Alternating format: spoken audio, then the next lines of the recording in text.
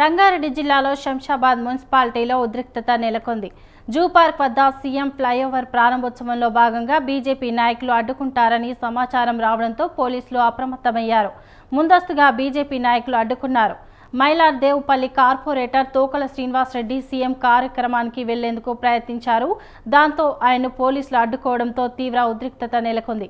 పోలీసుల తీరుపై బీజేపీ నేతలు తీవ్రంగా అసహనాన్ని వ్యక్తం చేశారు.